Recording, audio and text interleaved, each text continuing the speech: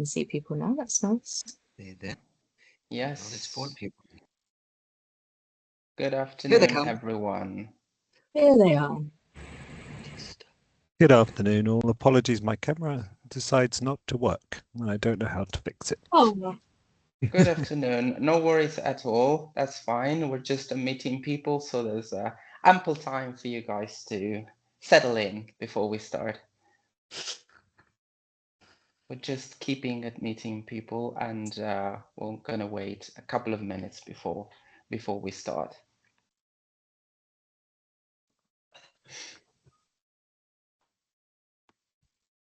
You've Yeah, lost the top of your head, Claudio.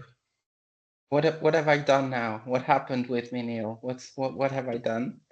From the eyes upwards, you're missing. Really? Oh my God. Yeah. How about now? That's better. Bit more. I was trying not to show my ugly face, but there you go. You put me on the spot. It is not ugly at all.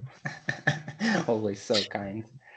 By all means, feel free to put your cameras off, put it on, whatever your preference is. Maybe your mics at some point, if you could mute them.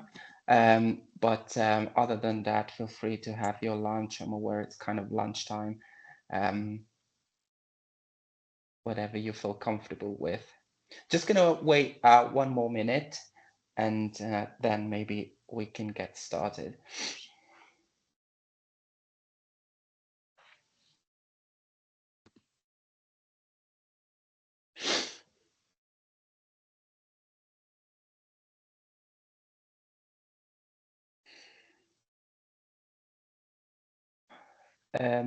Are you still admitting people, Kat? Or is it most people in the room? Okay, so maybe what I'll do, I'm just gonna get started with a bit of an introduction, and Kat is gonna keep admitting people as they join. So first off, good afternoon, everyone, and good 2025 to everybody. So this is the first event of 2025 of our webinar series on LGBTQ+ and the Life course. As you know, this is organized by King's College Health and Social Care Workforce Research Unit at the Policy Institute and UCL's Division of Primary Care and Population Health. We've had a great 2024. We averaged 60 people per session last year. So thank you all for the support. And we have more than 80 people who have registered for today's session. So we're off to a good start, which is great. No pressure, John and Dahi. Not at all. So today's session is around exploring living with dementia in LGBTQ+ communities using Photovoice. We have 2 excellent speakers who will present their collaborative work in this area. So we have John Hammond, pronouns he, him. John is a PhD student at Brighton and Sussex Medical School. And we also have Dahi, pronouns they, them.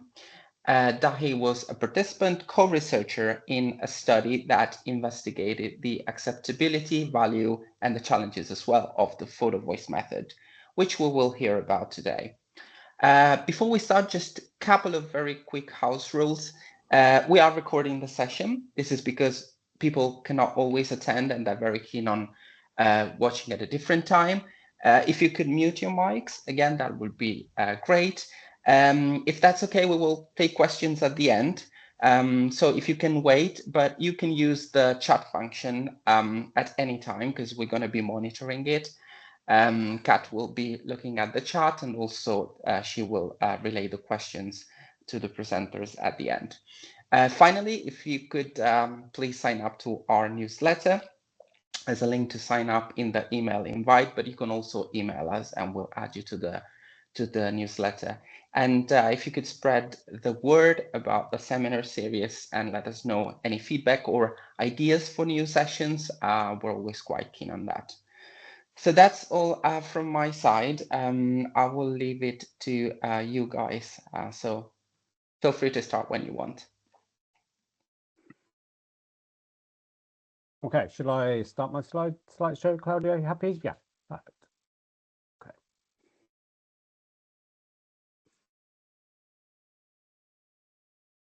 I'm hoping they're on screen okay. Yep, all good.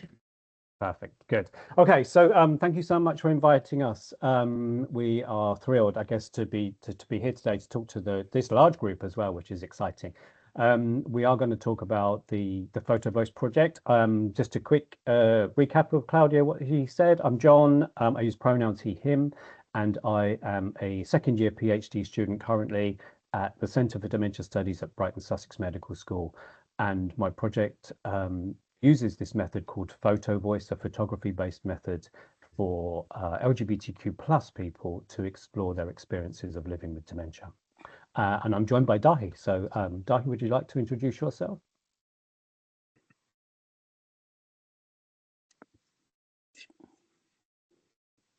Dahi, you're on mute, I think.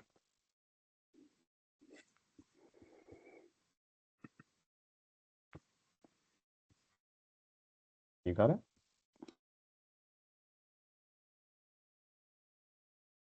Unmuted. Ah, yeah, here you go. You're on. Oh, yeah, that's it. We can. Oh, yeah, we can hear you. Okay, because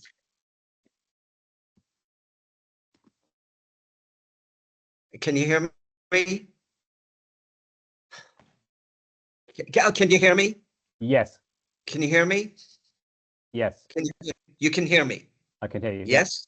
Okay. Sorry, I'm on a Chromebook and we're on Microsoft Teams, which for somebody living with dementia, not the most favorable platform. I know it's convenient for most of you and your whatever, but Zoom is much easier for me and for other people living with dementia. For those of you who know me, I'm fabulous, but I'm also cranky, for fuck's sake. So, and I know Brioni, I see you on in the audience and all, and I know what a ally you are, and I'm grateful for it. I've been skimming. How many people? We've 58 people in here. Woohoo! And I hope there's, and I don't know if you can raise your hand or if there's a way to let me know. Is there anyone else living with a diagnosis of dementia? I don't mean the whatever slippery slope language is used in the UK about expert in dementia. I mean people living with dementia in their brain. Am I the only one on the screen, or is there anyone else here? If you can let me know in the chat and all, because it matters. Because I am sick to death of people talking about me and other trans non-binary people and my lived experience. My esteemed colleague, John, who you're going to hear from as soon as I finish ranting, he knows how to respect and listen to my voice. Okay, I'm not going to apologize for being cranky. I have a shitload to be cranky about, but John, today. Thank you, Dahi. I don't know how I'm going to follow your your introductions. Okay, so we are going to talk about this project. Is called Show and Tell, using Photovoice to explore the experiences of LGBTQ plus people who are living with dementia. And we're going to talk a bit about the findings from a recent pilot study. But first of all, so today we're going to cover a bit of background and context. How did this project come about? Why did this project come about? What is Photovoice? A bit about the power of photographs. You know, why are we interested in imagery and photographs to explore experiences? We'll talk about the pilot study and some of the findings, and then touch on some of the next steps for the project. And yeah, okay. So background. I guess as an underpinning for this project and as a kind of alignment with my personal values, we can conceptualize dementia through a social citizenship lens. And that recognizes that people living with dementia should have equitable access to human, political, civil and social rights. The social citizenship approach recognizes the contributions of people with dementia and recognizes them as central to things like policy creation and to research design. And what we do know about research with people with dementia, can hear a lot of background noise. Maybe if people can mute, that'd be great. Thank you. What we do know about dementia studies is that over recent decades, researchers treated people with dementia mostly as a homogeneous androgynous population. But what we do know is that there is a much better, a need to better understand the more nuanced narratives that account for persons' kind of living situation, their social location. So things like living context, socioeconomic status, racialized identities, age, gender identity, sexual identity, etc. And the intersection and interaction of these when somebody is living with dementia. So Dahi, maybe you can talk to this slide. Okay, but I have them on my tablet, John, but not on Okay. your screen. Is this the one with the scarcity of research Yes, slide? that's the one. Okay, I'm Perfect. ready to go. Scarcity of research. Can everyone else see the slide? Yeah?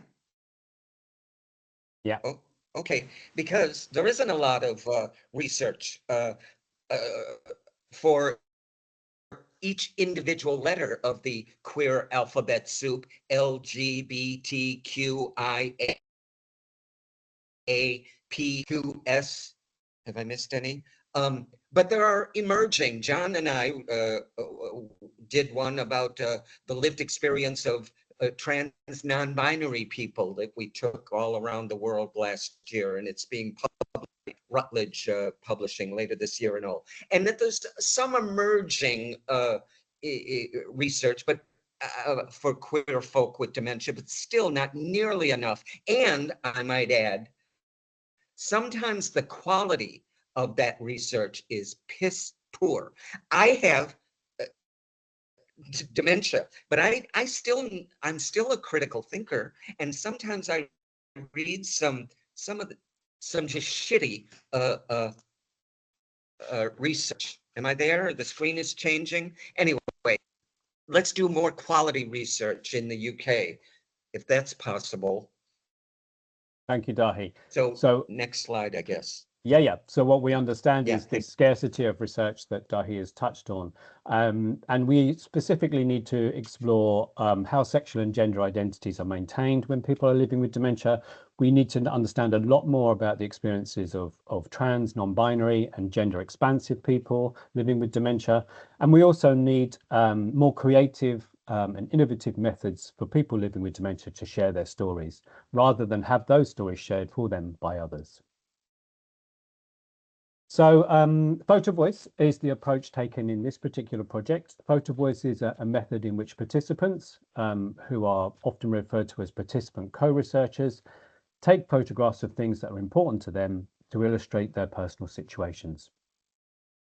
And their images are supported by their explanations. So that's the voice element of photo voice, the story. They form a visual record that can be used to tell their stories on their terms about their lived experiences, and are used to engage others in dialogue, in discussion about their communities.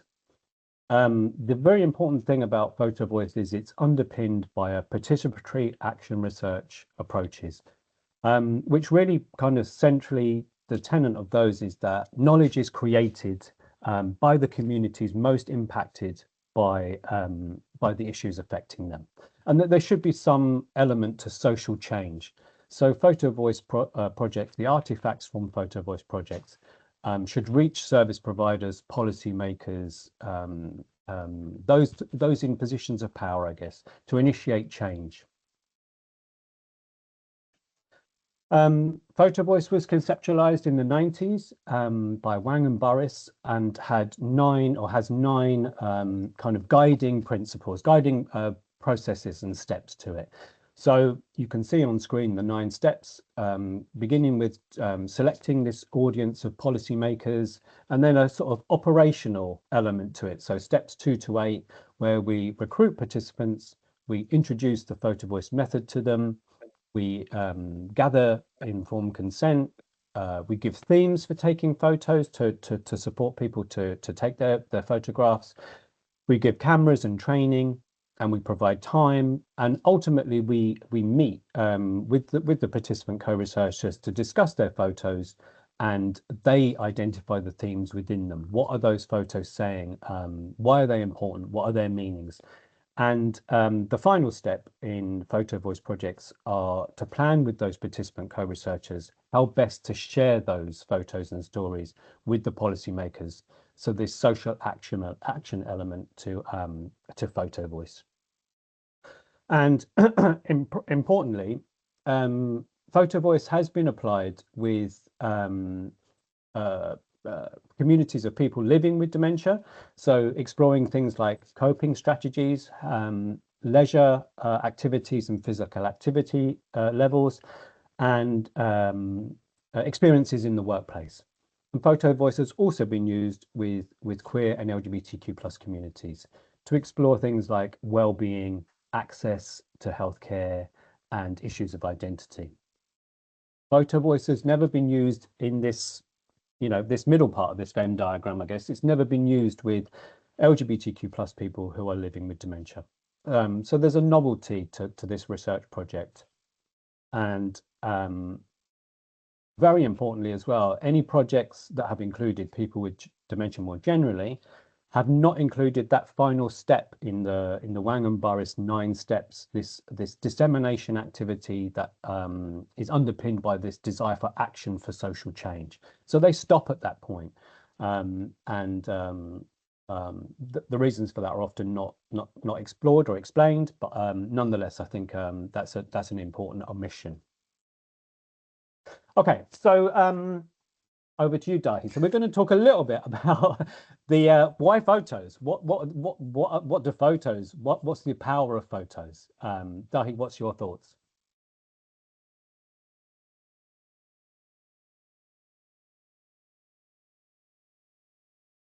I think you're frozen. Power of this would be Reggie, who I don't know how old he is. I met him when he pronouns are, and I met him in real life when I visited John and his partner a year or two ago, and now fabulous. So yes, lives of other people and all, and I think we'll continue this as we go. Yeah, absolutely. So photos tell us things about Reggie. Yeah, photos tell us things about this is my dog, Reggie. It tells us about companionship and humor. He always makes me laugh. Okay, next slide, Dahi.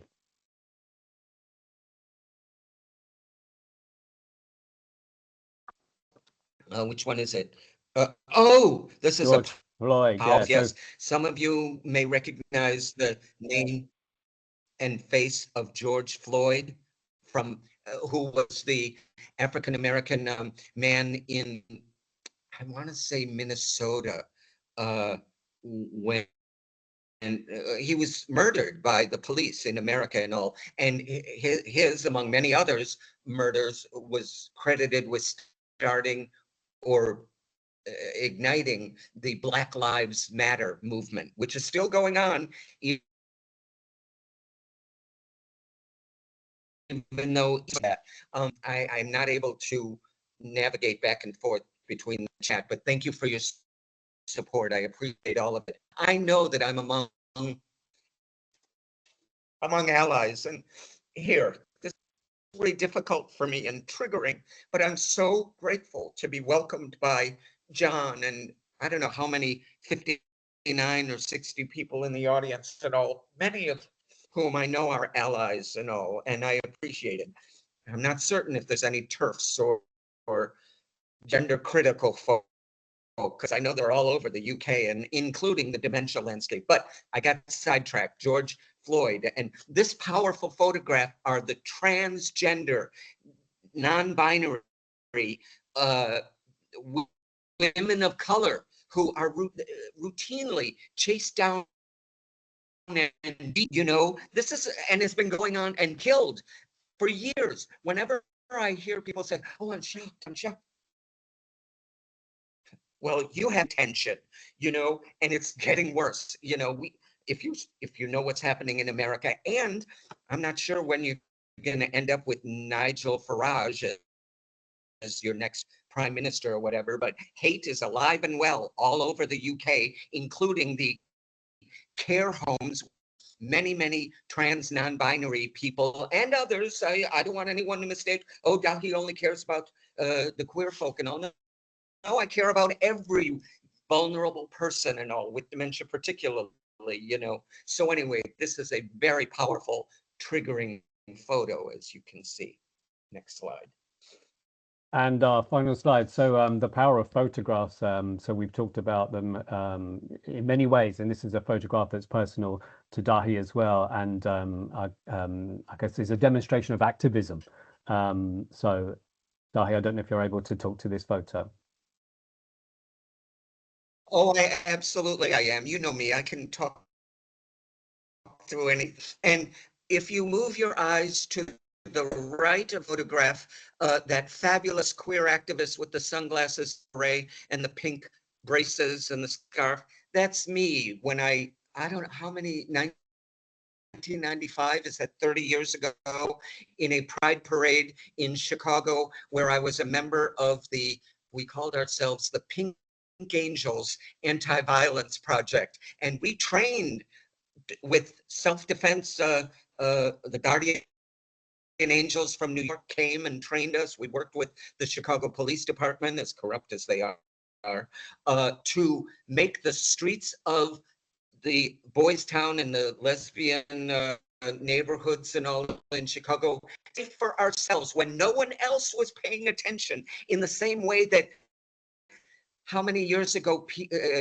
gay men and others were left to die in the AIDS and HIV the 80s and 90s. I saw It's a Sin, Russell Davies' wonderful series and all. I know what happened in the. I am a queer dinosaur who survived that epidemic, and now I'm dealing with another. You know, so fabulous parade and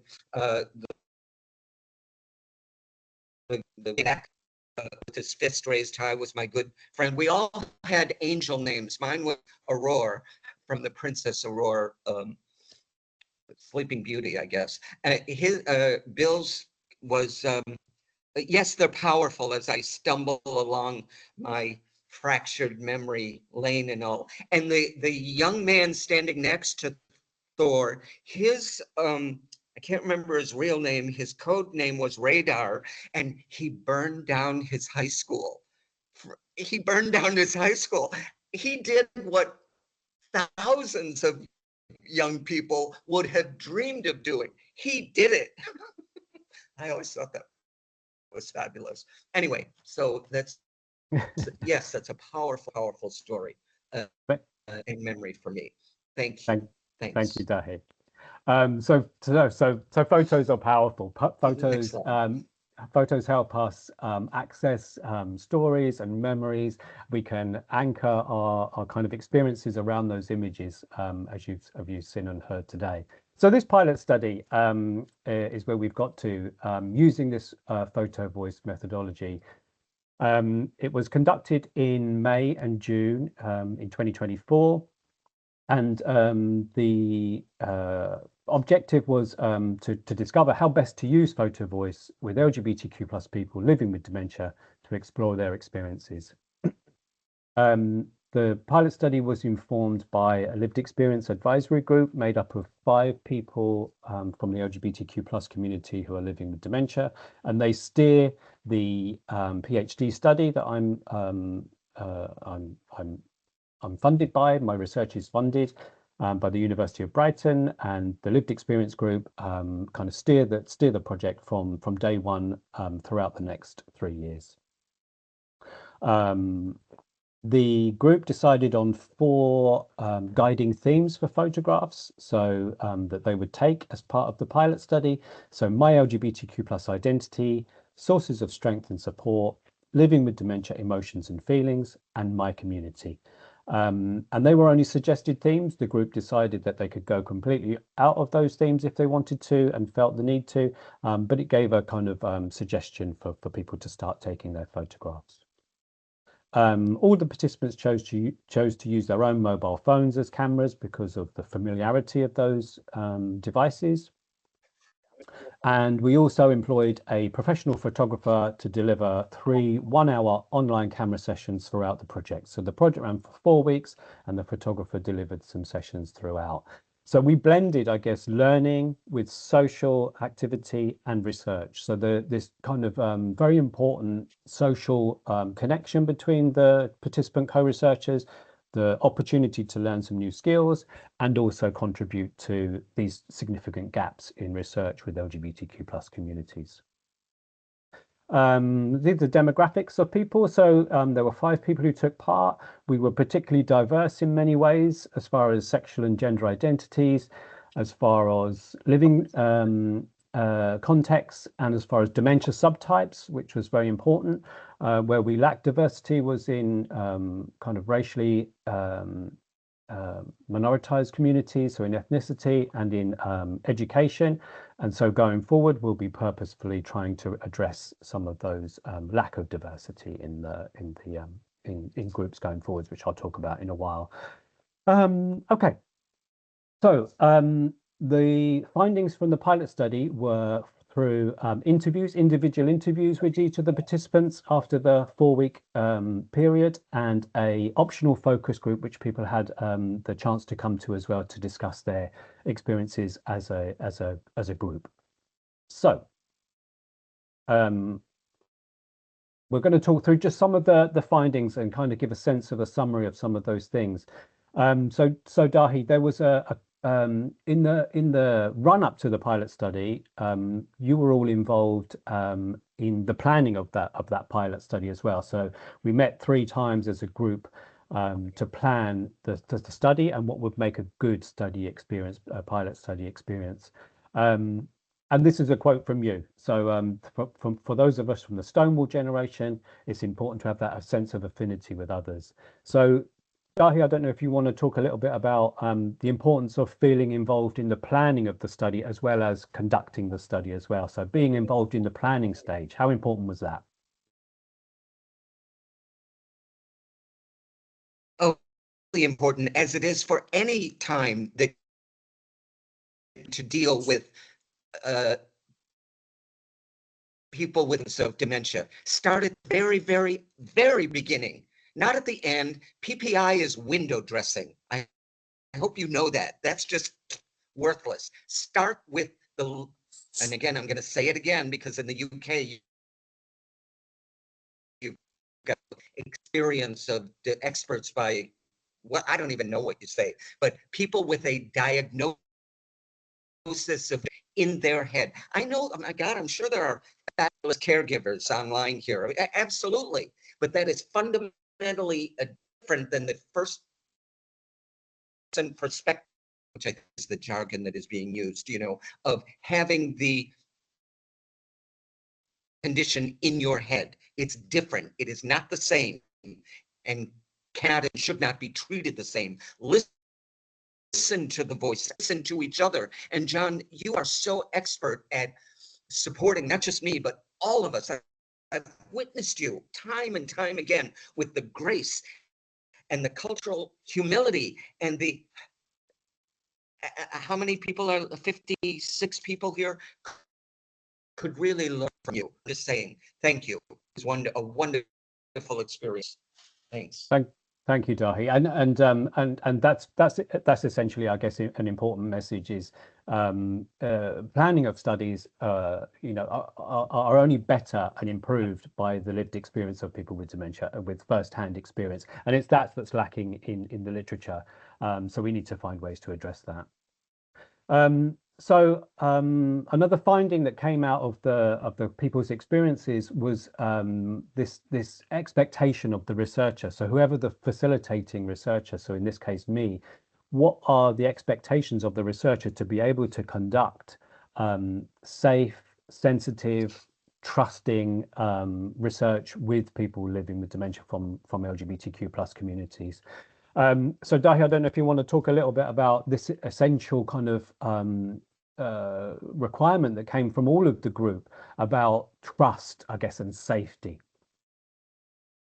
Yes, and again, not just with me, but with all of us in that pilot study, and quite frankly, every person I know living with dementia in their head, trust is fundamental, paramount. Because if there isn't that, well, trust is everything. And I go, there's 57 people here on the, I know many of the people in this list. I a lot that I don't know, and I don't know who to trust any longer, but I trust Briona. I know her from the dementia research thing. There's a couple of others I'm having difficulty navigating through, but trust means everything. Thanks. Yeah, and people talked about this blend, I guess, of skills, knowledge, and behaviour that they were expecting from the facilitating researcher. So you've got to have an appreciation of LGBTQ plus issues, of social and historical kind of events that have shaped LGBTQ plus lives, an appreciation of ability, I guess a strengths-based approach to dementia, and creating this very kind of psychologically safe spaces for people to be in.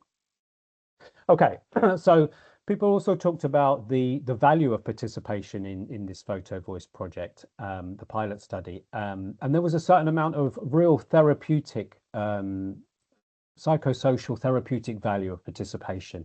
Dahi, I don't know if you want to talk a little bit about this idea of strong medicine. That was a quote from you about the project feeling very healing and empowering. So the process of taking photos and telling your story. How important was that? Absolutely. And not just my story, but the stories of the others in the pilot project, the sharing. We became a rainbow family together with your expert facilitation, John, you know, sharing our photos and our stories and all. It was wonderful and powerful and healing. And so, yeah, Photovoice can be transformative. And I saw in the chat that other communities are using it as well. Just starting out on my research project, and good for you, John. Keep going, because keep learning. I hope you stay open to learning. Okay, great. So next, I'm done. Thanks. So there was a huge amount of therapeutic value to participation. People talked as well about this permanent record. So Photovoice has the potential to leave a lasting legacy. So the artifacts created, the photos and the stories, have this potential to leave a legacy that might live well beyond the lives of the participant co-researchers in this project. There was lots of validation from taking the photos, and people found them also as a kind of cognitive stimulation tool. There was a nice opportunity to learn new skills. So sometimes people were quite anxious about maybe this opportunity to learn a new skill, but breaking through that anxiety and coming to the other side and feeling like achieving, I guess, a new camera skill, for example, or thinking about taking photos in a very different way was very validating as well. It validated strengths. People felt like in some of their dementia symptoms, there were things they couldn't do anymore, or maybe things were changing, but the project gave them agency, and that was a very important thing. And I guess there was a really important thing which Dahi said about connecting with others. So connecting with others, sharing stories, a certain amount of not having to go over kind of old ground. We understand a shared history, but the photographs connected people in very rich ways to tell their stories. Okay. So a couple of quotes from people from the pilot study. It's about where I've come in life, really, and something about remembering every minute detail, which I suppose in some ways is linked to the dementia diagnosis, which I don't think about. I'm very lucky in the present that my memory is spot on and sharp. It was just another way of proving to me it's still there, I suppose. So photographs as a cognitive stimulation tool. For certainly a lot of my life, I'm just going to move my slide a tiny bit. It was lived undercover and in secret. So actually looking at the past and reliving events from the past, there was a danger that that would come up. But I feel I've exercised that by doing the process of taking the photos and talking about them. So Photovoice for this particular participant gave an opportunity to reframe maybe some negative things from the past on their terms, on their terms today. So looking back and retaking photos maybe of things that previously were very difficult experiences, but now feel like a very kind of positive and new experience. And this project has so much to it. It's a queer project, it's for older people, and it's creative. So why aren't there more projects like this? So people really thriving on the idea that actually this is a very creative way for us to kind of tell our stories. Okay, I'm going to talk a little bit about the camera skills workshops. So throughout the project, there was this learning opportunity. So we had a professional photographer called Eva, and she identified as queer and had done some work previously with trans youth in some camera skills workshops, but had never worked previously with people living with dementia. So actually what also happened was that Eva's personal and professional development was enhanced by taking part as a professional, in inverted commas, in the project. So the participants, co-researchers, were able to teach the teacher, as it were, and develop her skills, which was a really important finding. Some people found some of the tips and techniques challenging. The camera skills workshops were online, and that brings its own sense of challenge, but nonetheless, people felt like, despite the challenge, mastering a new technique or learning a new way to take a photo or adding grid lines to your camera, for example, on your mobile phone, was a very positive thing to do. It helped people to think about the photos before taking them, and maybe to frame and position them in particular ways. Sometimes it's difficult to have the manual dexterity to operate a camera and and do things all at the same time. So there was a certain amount of manual dexterity challenge. Meeting every week helped people keep focused, and it was another opportunity for people to talk about the photos they'd taken in the week and to share those online as well. So we shared photos on screen and talked about the importance of those. What did they mean? Why did they take them? What were they telling? And also people felt supportive of others in the group. And that was another way for people to feel very socially connected to other queer people living with dementia. And there were some recommendations from the group about the next steps. So in my next step in my study, we use all of the learnings from the pilot study. We will use all of those learnings from the pilot study in a broader, deeper, larger study that will begin in February. And I'll talk about that in a moment. But people felt that staying in contact with participants was incredibly helpful. So reminding people to take photos, encouraging them, being a kind of connector and a facilitator was a very important aspect. There was an importance that people felt like maybe somebody else, a loved one, a care provider, a partner, a friend might be important to involve them in the study process too. But that came with a very strong caveat of be aware of personal memories. So you might not want to share your photos with anybody that is involved in supporting you in the kind of Photovoice process. The carer, partner, for example, you're entitled to your personal memories and your personal approaches to the photos that you take. Consider a range of different cameras. In this study, we used mobile cameras because people were familiar with those, but it might be that we use other different types of cameras in the future. There was this study did have these learning activities, social element as embedded within the research, and people felt it was important maybe to separate very clearly. This is a learning activity session. This is a social activity session, because sometimes that can be quite confusing as we're kind of blurring those lines.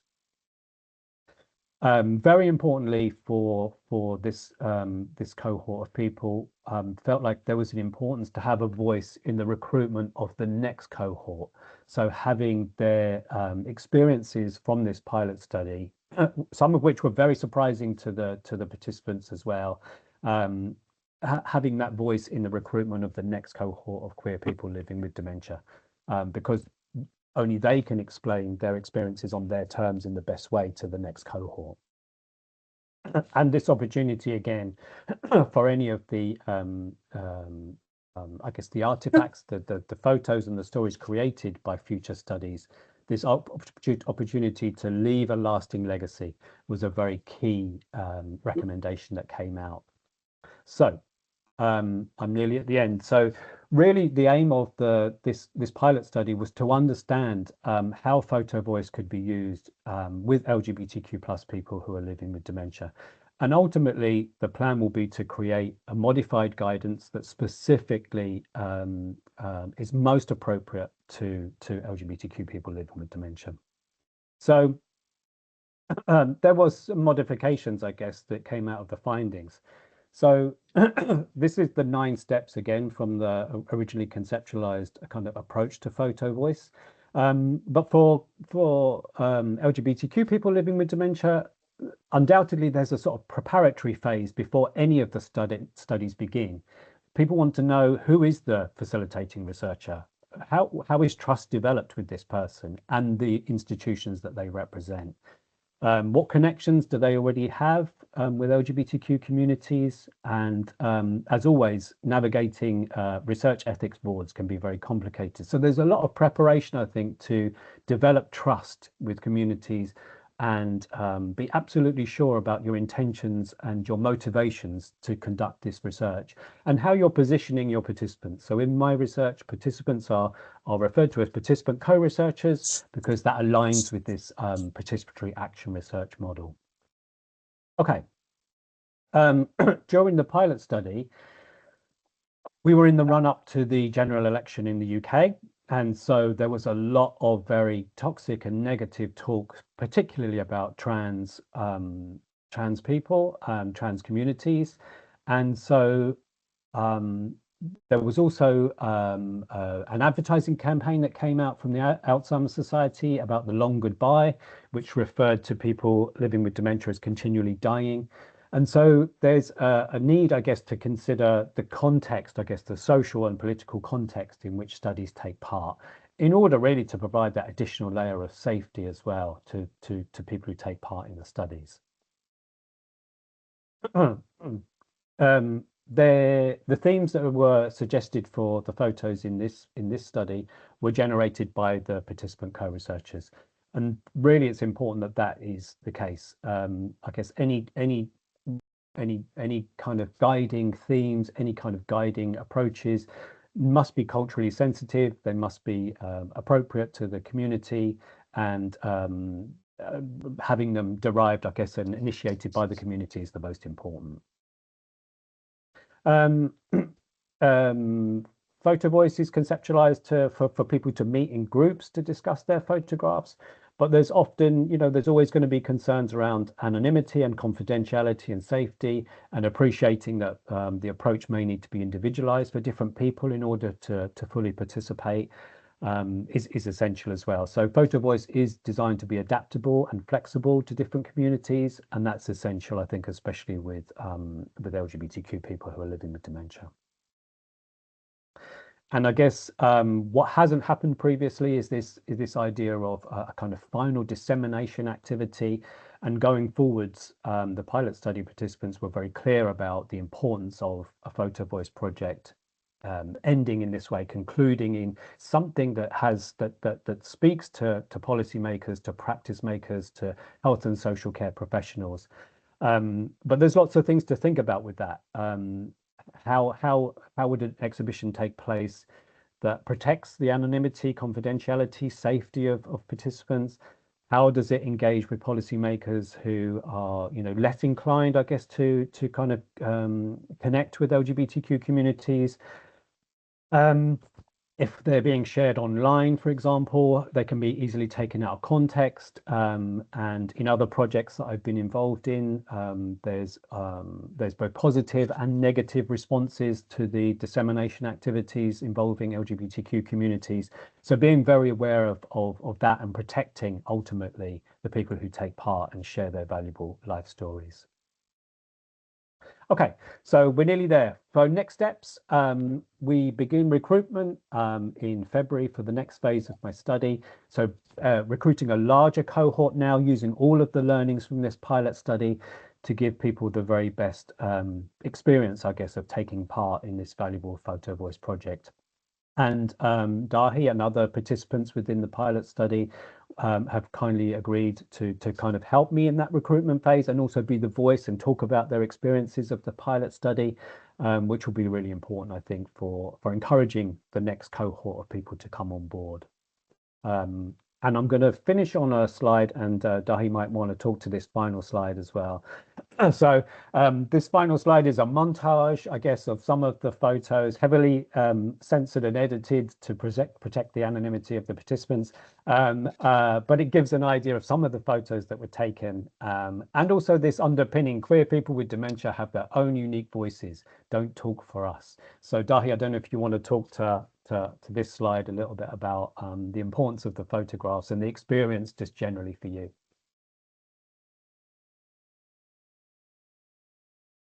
Oh my God.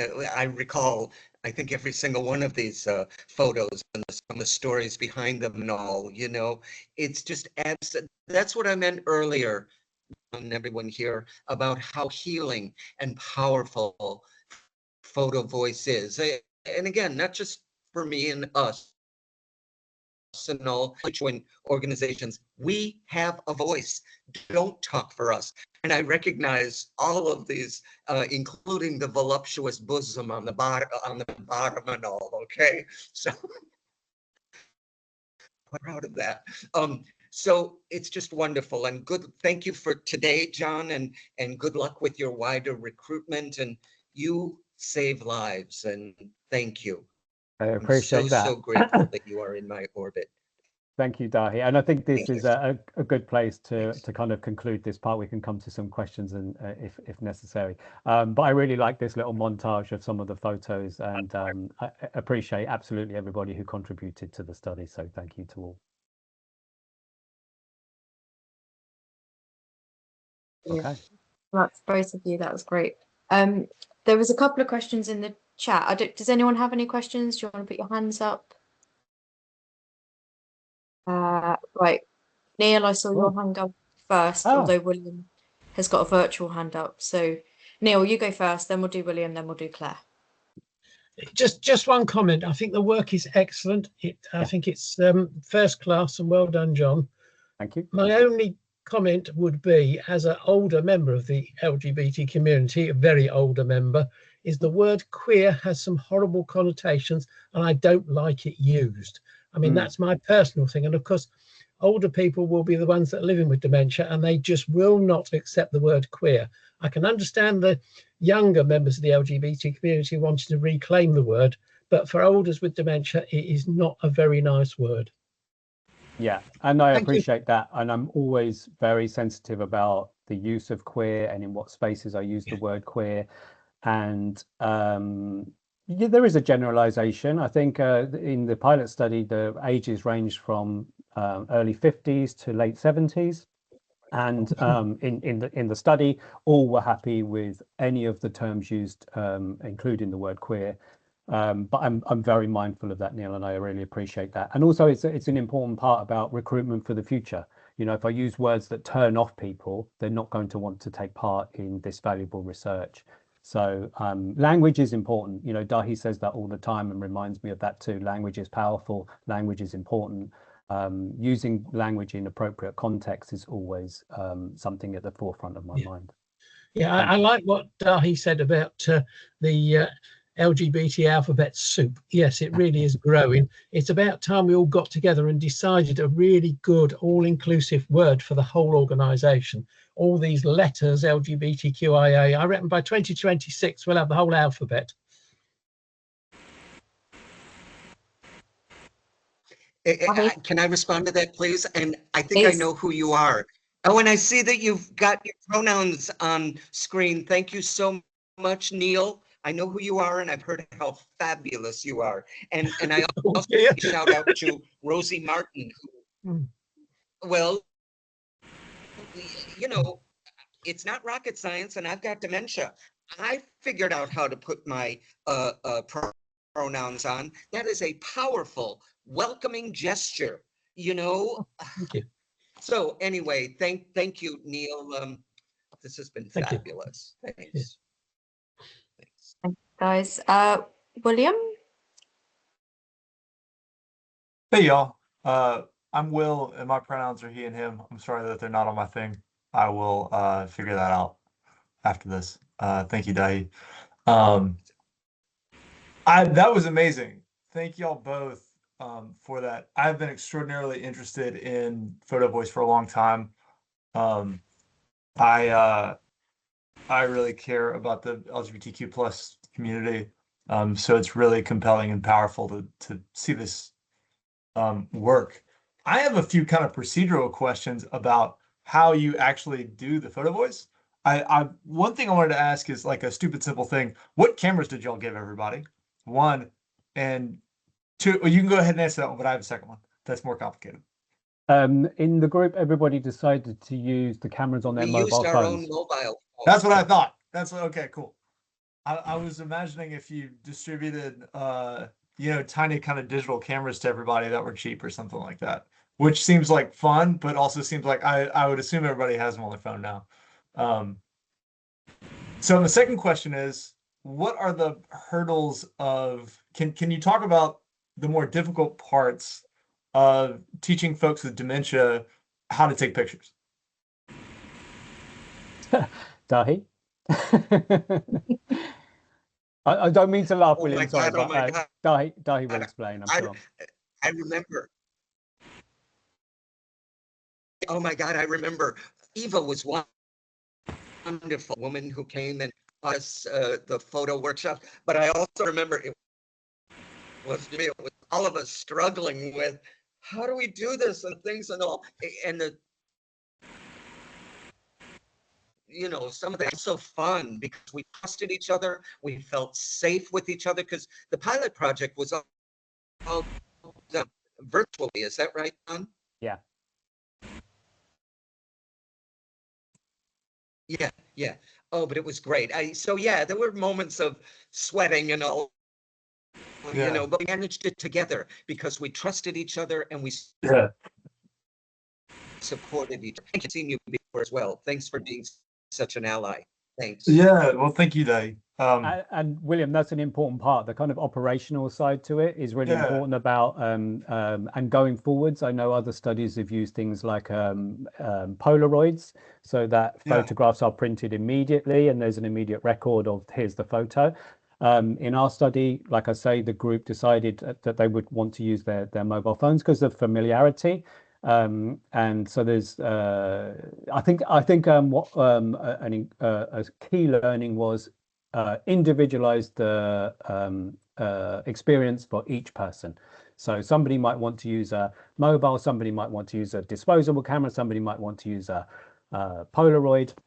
And studies have to be set up to accommodate those different resource requirements. So that's really important in that planning phase as well. Yeah. So there's an absolute need, and this ties in with LGBTQ communities as well, is in that preparatory phase of developing rapport and relationship and trust, there's also an element of sharing story. So people were really wanting to understand I knew the participants well, but people would want to know my story too.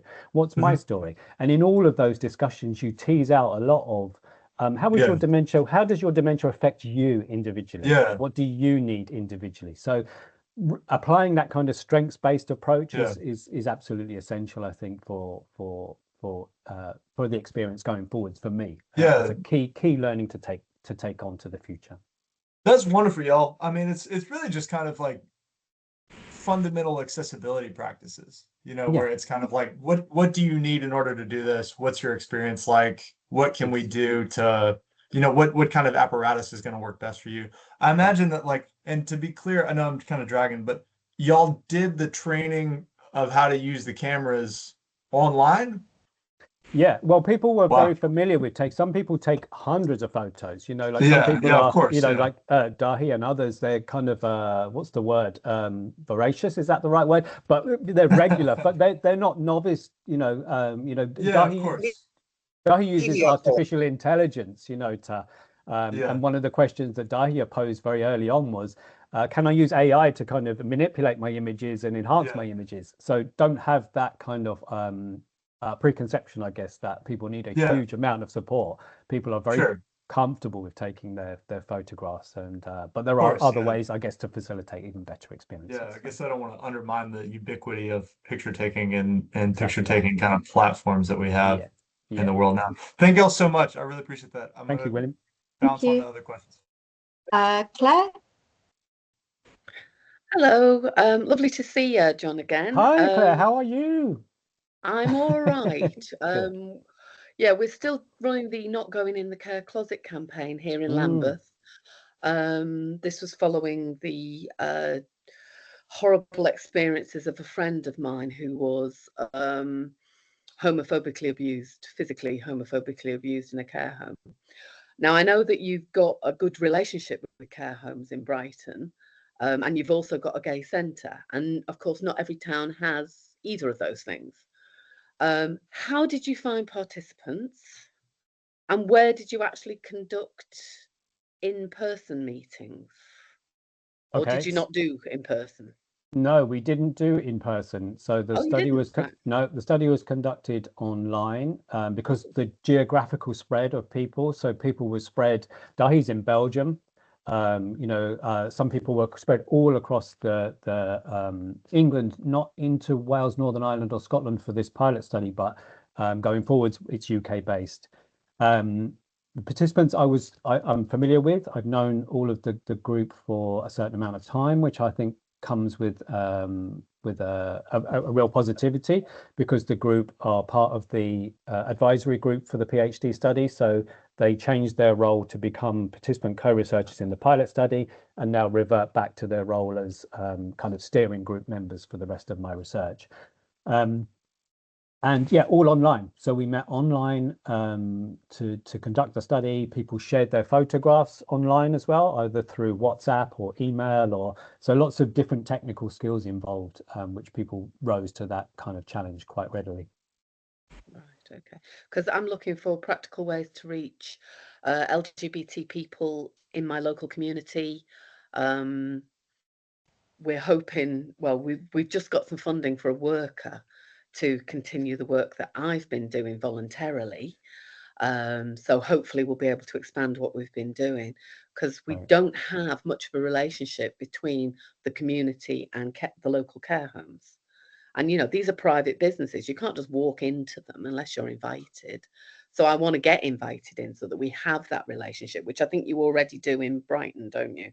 Yeah, and I think that's a really important part about this idea of trust, I worked in the community for many years for an LGBTQ charity. So I have kind of been present in the community, supporting the community, and that develops a certain amount of trust. I think researchers can be guilty sometimes of, researching communities for what motivation? Is it just because you've got funding? Been so collaborative, and you've been so generous with your time with our project and coming down to London and talking to us about it. So yeah, thank you for that. And I think, I'm contacted all the time by researchers who go, "Oh, can you share this with your networks?" But they don't say, "I'm gay," or, they don't tell you anything about themselves or why they want to do it. They tell you about their ethics board and the consent process. But you think, yeah, but why are you doing it? And I don't trust them. I'm thinking, you're asking me to be a guinea pig. Why should I want to be your guinea pig? Yeah, and you need that personal relationship. I think Dahi was going to say something. Yeah, I'm sure.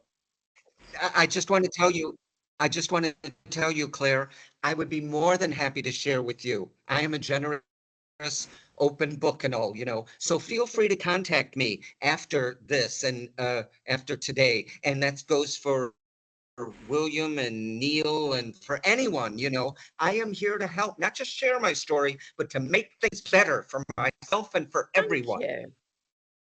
Thank you. So, can I just say the only reason I'm not me. sharing my pronouns here is I don't know how to use Teams either. You don't have to explain. No worries. I'm good. Thank you. When I log into Teams, it always asks me my name. So I put my name in, and then I just do the rest of the typing and just put it all in automatically. It didn't ask me my name, otherwise I would have done it. So I don't know. Is there a couple more questions, or? Yes, sorry. Sorry. Yeah, I mean, we are at time, so I don't know Right, if we can okay. maybe just do a couple of questions, or whether people want to put them in the chat and we could do them by email later. It's up to, I don't know what you guys are like for time.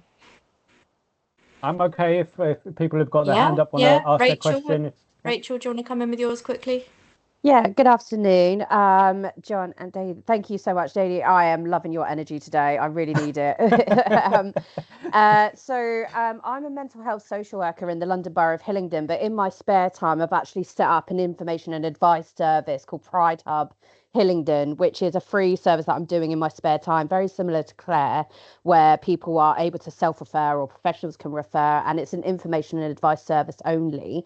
I've got my hands in other kind of pots, really. I kind of teach in the local universities about LGBTQ plus awareness. Inside the local authority, I run the forums.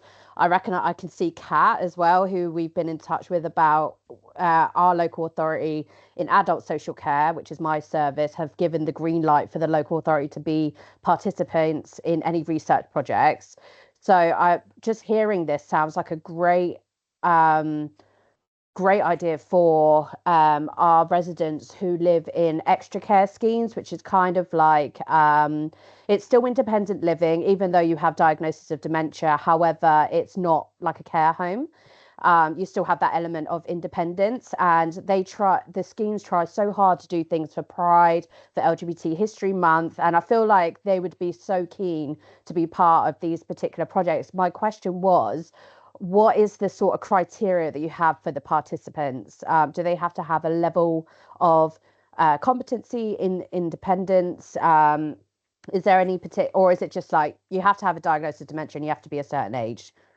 No. So criteria for the study going forward is anybody who self-identifies as part of the LGBTQ plus alphabet soup, as Dahi kindly always describes it, and or the alphabet mafia, as I say it, and has capacity to consent.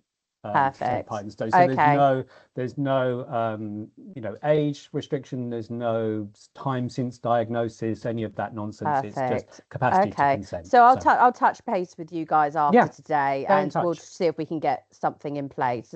Really look forward to speaking with you again, and thank you so much for today. Thank you, Rachel. Thank you. Savitri, I think we might make this the last one, if that's all right, because I think but if anyone else wants their questions answered, you can put them in the chat, and maybe I'll send out a follow-up email with slides and recording details and stuff, so we can answer them that way. Sure. Savitri, go on. Thanks. I'm Savi, she, her. I'm a worker in university and lesbian, but of course those aren't the only aspects of my identity. And I suppose the question is to both researchers, as you roll out this study to more people, how would you take on board, I suppose, the intersectional elements and the fact that for participants there might be different aspects of their identity that might be perhaps more compelling at different times? So for instance, for some people with dementia, maybe in recent months, the surge in racism and xenophobia, including, I suppose, violent attacks, might be foremost in their minds, or for others, the cost of living crisis and so forth. Thank you, Savi. Dahi, I don't know if you want to answer that, or... Yeah, well, oh my God, that's a brilliant question. Thank you so much for that. And intersectionality is everything, especially, I belong to a community that is under siege. Somebody mentioned care home. If you have time after this, Google the name Noel Glynn, N-O-E, surname Glynn, G-L-N. He was a gay man in a Croydon care home, beaten to death. A gay man with dementia, I should mention, beaten to death because of his sexual orientation. So if anyone feels surprised at, horrors in care settings, don't be. Let's all do better. So I'm getting sidetracked, and I know we're at the end of things and all. And I'd love to know, John, about what the new organization that's taking up opening doors, which those open doors are closed. And I'm wondering if there are any trans non-binary people on that organization yet or not. Thank you. Thank you. And Savi, that's a really important point. And as Dahi said, intersectionality, you know, we are complex characters. We have complex identities, don't we? And appreciating and understanding, I guess, through studies like Photovoice, studies are taking place in a particular context in a particular time. And so sometimes things are high priority, like in the pilot study, as I said, there was the media messaging around trans identities at that particular point in time was incredibly negative and toxic. And people were responding to that in ways in which, you know, taking photos to kind of counter those messages as well. So using imagery, I guess, to counter particularly negative, maybe media, social media, political messaging around, you know, ways in which our identities are kind of challenged, I guess. So yeah, so we're mindful, I guess, of the importance of intersectionality and the complexity of identity, in which LGBTQ might play one part of who we are as individuals. Just to add, I knew Noel and knew his partner well, and I think, I mean, what happened to him was appalling. I wonder whether not sure whether an element of that, I mean, another aspect of his identity was a long-term partner of sort of a black gay activist who I've worked with over the years. And I suppose there's an intertwining sometimes of different kinds of oppression in people's experiences. But yeah, thanks. Brilliant, thank you. I feel like we could probably be here all day.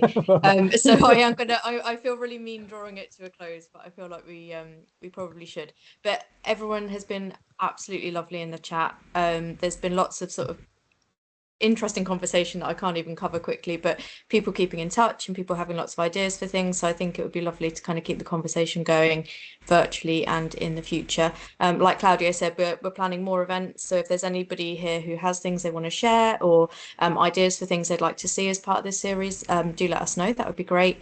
And we are going to start doing a bit more of a newsletter to try and kind of share things and have a bit of a network, because I think it's just nice to see what everyone else is up to and hear about opportunities and things. So finally, just a big thank you to John and Dahi for sharing your time, your expertise and knowledge and humour today. I think everyone's really enjoyed it. It's been a really good session.